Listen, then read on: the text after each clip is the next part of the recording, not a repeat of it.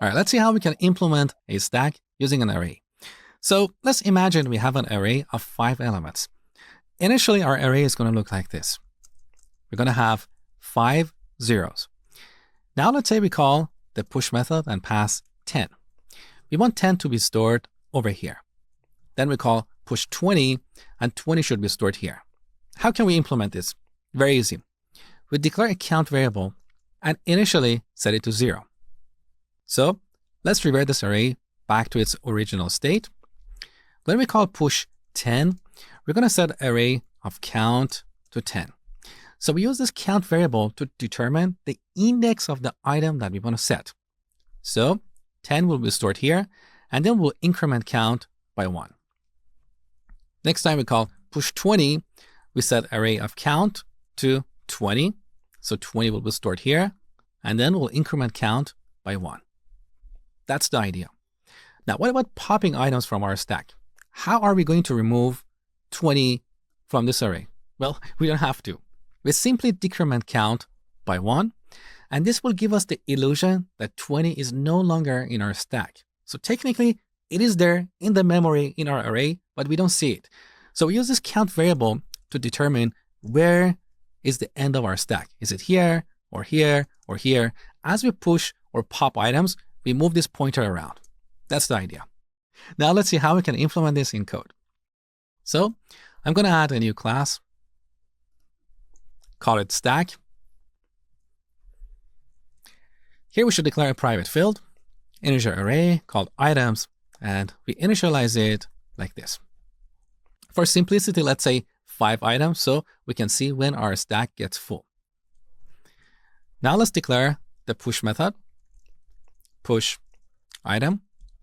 Here we need our counter variable, so let's declare private integer count. We set items of count to this new item, and then increment count by 1. Or as I showed you earlier in the course, we can simplify this code and increment count right here. That is better. Now, what if our stack is full and we try to push an item to it? Well, before we execute this line, we should have an if statement.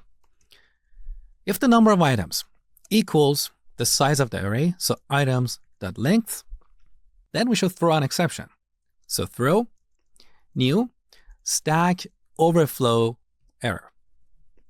This indicates that our stack is full. So the popular website stackoverflow.com, this is where the name originates from. It represents a full stack. All right, we're done with the push method. Now let's implement the pop method. So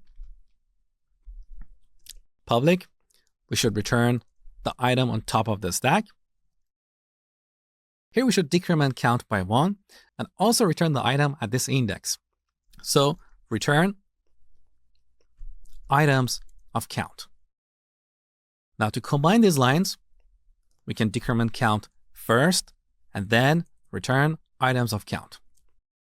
Now, what if our stack is empty and we want to pop it? Well, we should throw an exception. So if count equals 0, we want to throw a new illegal state exception. So we cannot perform this operation for the current state of this object. Now, to make sure that our implementation is correct, I want to override the toString method in this class. In case you don't know what overriding means, that means changing the implementation of a method that we inherit from a base class. In Java, all classes directly or indirectly inherit from the object class. So this stack class, its base or parent class is object, and the object class has a toString method that is inherited in the stack class. Here we can change that implementation and return the content of our stack. So we type public string to string. I'll also annotate this method with the override annotation. This tells the Java compiler that we're overriding a method inherited from the base class. Now here we want to return the content of this array represented as a string. How can we do that? You have seen that earlier in the course. We use the arrays class. So arrays.toString, we pass our items array here and simply return the result. Now let's test our implementation. So back to the main class. Let's create a new stack. Now, initially, I want to call the pop method. So stack.pop. Here we should get an exception. There you go. It's an illegal state exception, not a null pointer exception. Now, what if we push a few items here? Let's say 10, 20, and 30, and then print the stack. So print line stack. Now, let me pass an object to the print line method. This print line will call the toString method on that object. So let's run the program. This is the content of our stack. This shows that we have implemented the push method correctly because each item is stored at the right position. However, when printing the stack, we shouldn't see these zeros. But this is very easy to fix. We go back to our stack class. Instead of converting the items array to a string, we should copy the content of this stack into a separate array and then convert that array into a string. So here we call arrays.copy of range. We pass the items array and specify the range of items we want to copy. We want to start from the index 0 all the way to count. This will return a new array. Let's call that content. And then we'll convert that content array into a string. Now let's run our program one more time. So this is the content of our stack. Beautiful. Now let's test the pop method. So after we push these items, I want to pop the last item. Now we should see 10 and 20. There you go. Beautiful. Let's pop one more time. Now we should see 10. All right, these two methods are working. Now let's implement the peek method. So back to the stack class. This is very easy. We simply want to return the item on top of the stack without removing it. So public integer peek. We return items of count -1. Now, what if our stack is empty?